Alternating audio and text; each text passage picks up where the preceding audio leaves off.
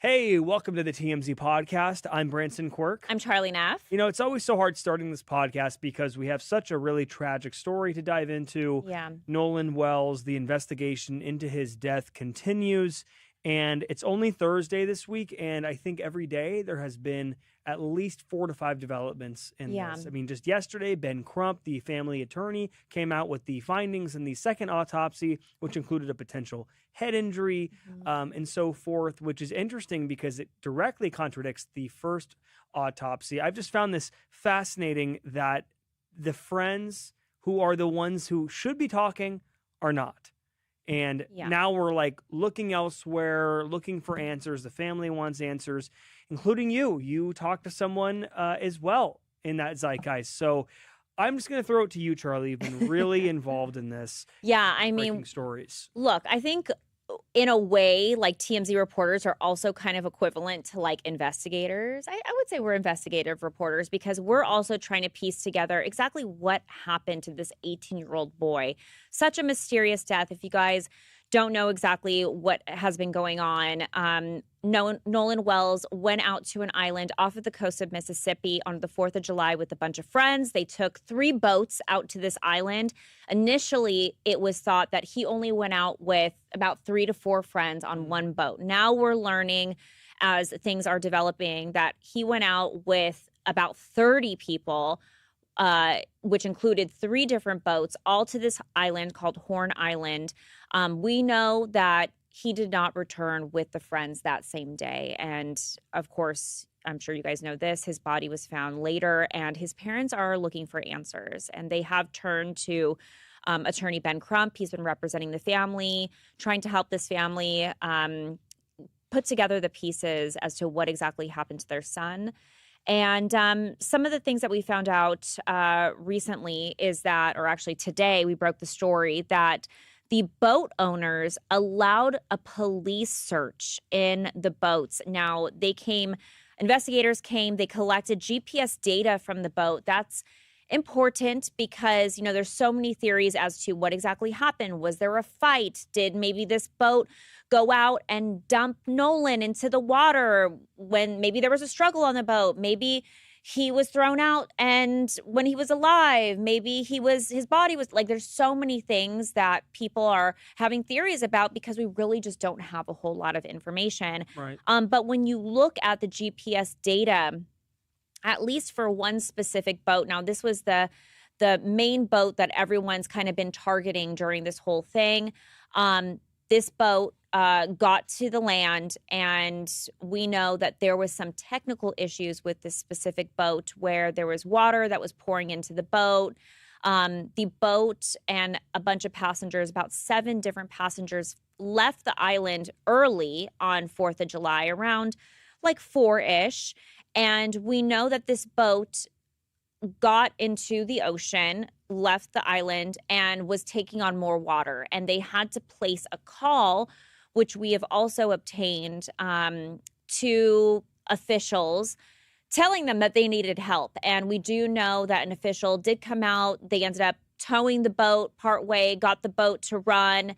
And you can see all of that from this GPS that was collected by investigators. This is a very important piece of the investigation, the boat, because if he fell off the boat, or if there was a fight, or if they even find like even a droplet of blood from Nolan Wells on the carpet of those boats, or anything, rubbed the DNA against the side of it, whatever it is. Very important. Yeah, and we know that the owner of the boat signed over paperwork and permission for the investigators to search. So we know that a lot of the people that haven't been speaking publicly, like Branson has been saying, have been working with authorities under wraps. The only thing we really do know is that kind of the narrative among this group was that Nolan wanted to stay behind, that, you know, this boat that was taking on water, they had to leave the island because of the technical issues. They had asked Nolan if he wanted to come on the boat. Nolan said he wanted to stay behind to talk to a girl. Now, there's been some kind of miscommunication because people around the girl, I believe specifically the mother, had said that she thought that Nolan was going to hitch a ride with some guys and go back to the island. And it was explained to me that it's not uncommon for a bunch of people to go out to this island, especially on a holiday weekend. And whoever you drive out there with isn't necessarily the same boat that you come back with. Like, it's very common to come back on somebody else's boat. Also, regarding the phones, remember there was a whole thing that Nolan's phone was left on this specific boat. People thought it was very suspicious. Ben Crump's side had claimed that there was text messages that had been deleted, further adding to the suspicion that maybe the friends were trying to hide something. It was explained to us that's very normal to leave your phone on the boat. In fact, you go out there, you don't even have service. So people think, if I don't have service, I'm sometimes neck deep in this water. Why would I have my cell phone on me? So we know that this specific boat had about 10 people's different phones on this boat. In fact, when they got back to the land, they're like, whose phones are these? Like, they didn't even know whose phones they had. But, regarding the deleted text messages, we haven't gotten any further clarity about that. We know that investigators have met with several people. One specific woman came up named Lainey, or girl, I should say. Friends had said, to investigators, you should speak to this girl named Lainey. Investigators went and spoke to Lainey. Lainey said, I was on a different island. I haven't seen or talked to Nolan in a year. So that was kind of suspicious and led to just a dead end on that. Investigators are really trying to piece together what exactly happened to Nolan, what led him to wash up on shore dead I the have next a question day. really quick before we get to your interview, actually, that Yeah. you did. So I think this is really important. So when those boys got back to the island without Nolan, did they, who was the first to find out that Nolan was missing or dead? So they found the body 2 days later. Was it until they found the body that the boys then lawyered up and started being silent? Or was it when they got back, they didn't say a word to anybody? That's what I want to know. It was explained to me that when the boys got back to the island, they were back around to Mississippi, I mean. back to the mainland, back to Mississippi, that they just figured Nolan would come home, hitch a ride with someone else. And he was with a girl. Totally. So there was no panic. However, his family did report him missing. I believe it was the next day, which sparked the search. That answers my question. Yes. Now, why have they lawyered up? I mean, some people say like, oh, you only lawyer up if you're guilty. But other people say, well, they've been getting threats and, someone has died here. And it's always a good rule of thumb to have an attorney when there's a death investigation. Especially when it's something like, you can't exclude this part of it, that they're calling it potentially a race thing. Correct. So when you have these white boys and you have a black young man that dies, then a narrative can be spun really quickly. And regardless if you're innocent or not, having a lawyer is probably the smartest thing to do. Whether or not you should be silent like this, how it is, I don't agree with that. Yes. I think they should have released a statement at least by now. Yeah, and we do. There are some that are speaking out publicly. We know that one of the boys on the boat, Warren, spoke out. He spoke with Officer Tatum on his YouTube channel. Officer Tatum went out, did a sit-down interview with Warren, who, again, was one of the friends that went out with Nolan to Fork Island. And fascinating interview. He's done 2 parts so far where Tatum explained and kind of, dispelled the rumors about there only being 4 boys and 1 boat. You have the clip? Yep. So we actually have a clip from the YouTube with Officer Tatum where he shows there was actually a lot more people than that. The boys were here. Tons of people you'll see on the video is getting onto the boat. And they took 3 boats out. It wasn't just one. It wasn't just Nolan and 4 boys. It was a multitude of people on several different boats. And some of the boys that they're accusing wasn't even on the boat that Nolan was on. The video is showing how many people were actually out there, actually getting on the boats. So therefore, it debunks very clearly that it was only Nolan and 4 boys going out here to Horn Island. Yeah. So, again, we're kind of just trying to piece together all, the evidence as to what exactly led to his death. I actually spoke to the United Cajun Navy Vice President, Brian Trasher, who was part of the rescue efforts to finding Nolan. Originally this started off as, let's see if we can find him on the island. Maybe he's at a friend's house. Maybe, it wasn't until about a day had gone by that we're told that Brian had said he was worried. He was now worried that something terrible had happened. And he was in a plane with another person from the United Cajun Navy, in a plane hovering over the west tip of the island when he saw investigators and authorities below on the island, and noticed that he also saw the body of what appeared to be Nolan. And here's a little bit of what he said about that moment. Found, did you take any images or document that moment? So I started taking images of the scene on the ground. There were several law enforcement boats and personnel. And later on, when I looked at the pictures and zoomed in, I noticed that you could actually see the body laying on the shoreline in those pictures. I was not trying to take a picture of the body at the time, but it ended up being captured in the wide angle. And what exactly do you see in the photos? I see a body that matches the description of Nolan Wells, laying face down at the shoreline, right at the water's edge. And he was wearing swim trunks and, was, not moving, obviously. It just looked like he was sleeping on the beach. So one thing he also cleared up too, and we want to clear up with you guys as well, is there was some things that were taken out of context on the Nancy Grace show. The president of the United Cajun Navy, Todd Terrell, was on Nancy Grace, and she had asked him like, oh, so Nolan was found fully clothed.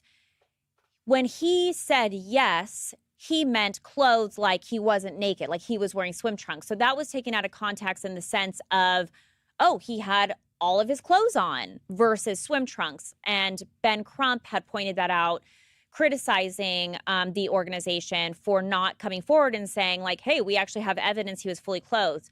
To cut through the cheese, he was not fully clothed. He was only wearing swim trunks. And now with these photos, we know that that the organization has been in contact with Nolan's mother, Christine. And Christine does want to see the photos. They are going to be meeting with her in person, something that she wanted. She didn't want the photos just texted to her. She wanted to kind of get a breakdown from the organization about what they saw that day, because a lot of this information isn't being relayed to the family. And of course, the United Cajun Navy has been very instrumental in helping the family, helping solve or at least put together some of the timeline for the family. So they're going to be meeting with her and showing her these heartbreaking photos. Wow. It's just like there is no solution here. Like we keep talking to all these people surrounding it, but maybe there is a small chance that maybe people just don't know. Yeah. What happened? I mean, there's definitely a chance when the original autopsy results are released, which include toxicology, maybe we'll learn a little bit more. But was it revealed what the toxicology said? No, it was not. That has not come out yet. Really? And you also have to remember that when Ben Crump revealed or released his own preliminary autopsy, that did not include toxicology. Okay. So, we know that there was drinking happening on the island, but now we want to know how much drinking had been going on with Nolan. Was there anything in his system? Will that bring closure? I don't know, but it will paint a picture of what maybe the final hours were like for him. And there is a good chance, like you said, that maybe we won't find out exactly what led to his death. No, really. I mean, it sounds like they've exhausted their investigation here on all their leads and everything, including even this girl, Lainey, on the island who supposedly wasn't even on the island. Right. There's a lot of people there. But I think that's the part that's got people buckled up, is there were so many people on this island, thousands were told, and nobody saw anything. But I get that in that, like, oh, like no one saw anything. Like, how is that possible? There's thousands of people there. sometimes because there are thousands of people there, that's why no one has seen anything. Distraction. Because I actually think that if there was maybe like 100 people there or 20, then maybe somebody would have saw something. But 1,000 people and they're all going crazy, having fun on the beach, and maybe he went in the water and drowned, or did something happen in the water? Because if there was some type of like fight and or like he hit his head on a rock or something like that, then wouldn't the autopsy be a little more clear, especially in the second autopsy? I'm not trying to be the advocate for anything here, but I'm just looking at the fact that, like, you look at everything here, what is there left to push over in terms of a domino here? Yeah. To find out what happened. I mean, maybe the discolorization on the back of his head that they revealed, that's also a possibility. But again, they said that could just be from his body being on a slab. That also could be, something from his body being in the ocean, being submerged for an entire day. You have to imagine there's sea life in there that are, interested in the body that's in the ocean. I mean, there's many things that could have happened in a full day, assuming his body had been in the water for a full day. So, yeah, I mean, it's tough. It's a tough case. I don't know if we'll fully get the answers. I hope we do for the sake of the family. I think they deserve closure. And Charlie, I had a question. So for the initial autopsy, they're claiming that they were initially claiming that he died by drowning. So we don't have the first autopsy results. Okay. There was chatter and a narrative online that this was a potential drowning case. Because wouldn't they be able to, if they conducted the initial autopsy, wouldn't that be clear with water being in his lungs if he died by drowning? Absolutely. And we don't have those results yet. It is a little strange that the Ben Crump's autopsy came out before the initial autopsy. And I am very curious to see if these two autopsies match, because officials had his body first. They were the ones to investigate his body first. Then the body was passed over to Ben Crump's team, which, as you guys know, they performed their autopsy. They did mention that the throat was removed and not passed down when they did their autopsy. So they were really interested in knowing, would that throat show anything, maybe taking on water or any kind of strangulation. Would that show in the neck. Yep, that's definitely possible. But they had the skin. They did. This is horrible to talk about. Yeah, it is, but that's where we're at. We're trying to look at every single little thing to figure out what happened to him. And so we'll see when that original autopsy is released and the toxicology, because I think hopefully that will show something. I've seen friends, like, when they're partying too hard and then they get, and then it's like late in the night and then they are drunk or whatever it is, they drank too much, whatever's in their system. And then they kind of just go lay down somewhere. Yeah. So it's possible. Like, I don't know, like, based on like just the boys coming back and then his body turns up, I'm sure the first thing that their parents did, not them. I don't think that it was their directive immediately. Like, they're 18 years old. You're not thinking like that. You're not thinking like, I need to go get a lawyer today. And especially all of them coordinating it. It's like parents who are probably well-off parents that are in the city going like, hey, we need to get you representation today, because if people paint a picture, and that's what it's going to look like. Yeah. So I don't think that people saying like, oh, the lawyer thing, they're guilty. No. Nowadays, you have to lawyer up. Definitely. Because it's a smart thing to do. We are in the cancel culture of America right now. Yeah. And they will paint every narrative possible if there's like not enough evidence to clear you, whatever it is. Yeah. Do you want to tease your interview that you did? Gosh, I hate to even bring this up at the end of my interview. I did. So we have Inside the Ring, which is my wrestling podcast. I interviewed someone very unique today, and I'm not trying to be insensitive by moving on so quickly from Nolan Walls, but I do have an interview that I want you guys to go check out later today if you're interested. I know we have a few wrestling fans that watch the afternoon podcast. I interviewed a pizza chef. A pizza chef? Yeah, so he is famous in the wrestling community for spinning dough while he wrestles. His name that's is cool. Luigi Primo. And, Primo. Luigi Primo. Okay. And he's extremely Italian. Let me tell you this. Like, the guy was just throwing like pepperoni stuff at me, like facts and things like that. Did he make Italian. pizza in the office? No, but he said he can make a very good pizza. He's gonna make Charles a pizza. Charles is still waiting on that pizza. Let's play the clip. I want to see this. Just a little teaser. Luigi Primo! Thanks for coming into TMZ. You are the best pizza chef and best pizza wrestler. Best wrestler. Can I try? Can I just try it? You want to try some? You gotta be careful. You gotta be careful. Just give it You gotta be I'll careful. try. You gotta be careful. Luigi, you can't just do that, man. What are you doing?